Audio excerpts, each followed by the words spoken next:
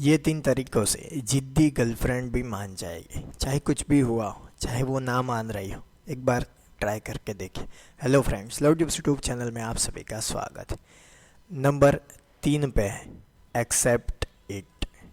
देखिए, जब भी वो जिद पे अड़े या तो फिर कुछ वो कह नहीं रहे या अपनी मनमानी कर रहे हैं, तो कोई ना कोई वजह होती है। या तो फिर माहौल ख़राब हो चुका होता है, या मिसअंडरस्टैंडिंग होती है, नाराज़गी या उनका गुस्सा, या उनकी अपनी पर्सनल दिक्कतें हैं, लेकिन यहाँ पे भी उसका रिफ्लेक्शन दिख रहा है। तो कुछ भी हो, उसे एक्सेप्ट करिए। देखिए, एक्सेप्ट करने से होगा क्या, पहले तो आपका माइंडसेट बन जाएगा कि ठीक है, चलिए मुझे एक्सेप्ट करना ही है, चाहे कुछ भी हो। और दूसरा ये होगा कि आप शांत होंगे और आगे क्या करना है इसका तरीका अपने आप ही सूझ जाएगा, और आप जो टेंशन या जो जिस ऑरा गुस्से वाले ऑरा में बने वो ख़त्म हो जाएगा। तो सबसे पहले नंबर 3 पे यही चीज़ है कि आपको एक्सेप्ट करना है।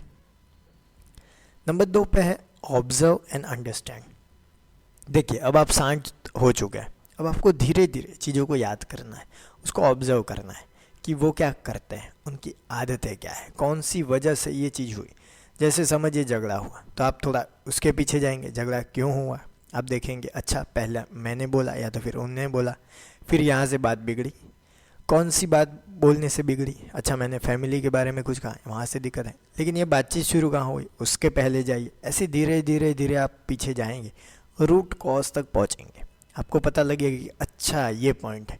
फिर आपने वो पॉइंट मार्क किया, फिर आप और 2-3 पीछे की कहानियाँ या बातें याद करेंगे कि कब झगड़ा हुआ था, क्यों। उसमें भी अगर ट्राई करिए पीछे जाने को, अगर याद है आपको तो फिर से अगर तो आप नोट करेंगे कि 5 में से 3 बार वही कारण बार बार आएंगे, वही चीज़ जो मार्क की है आपने, उसकी वजह से ही चीज़ें शुरू होती है और दिक्कत बढ़ती है। अब आपको अंडरस्टैंड ये करना है कि ये चीज़ आपको नहीं करनी है। तो इस तरह से पहले तो आप तैयार हो चुके। अब नंबर 1 पे हैप्पीनेस वेज। अब खुश करने के तरीके ढूंढने हैं उनको।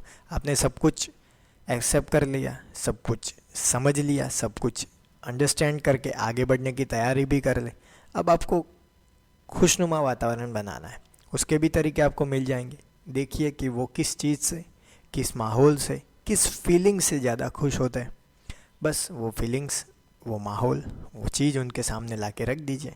खाने से खुश होते हैं तो खाने पे ले जाइए, घूमने से तो घूमने, कहीं पे लोगों के साथ चिल करने से तो वहाँ पे, तो इससे वो खुश हो जाएंगे और ये तरीके आपको मिल जाएंगे। तो जिद्दी गर्लफ्रेंड भी ये 99% यहाँ पे चीज़ संभावना है कि वो मान जाएगी।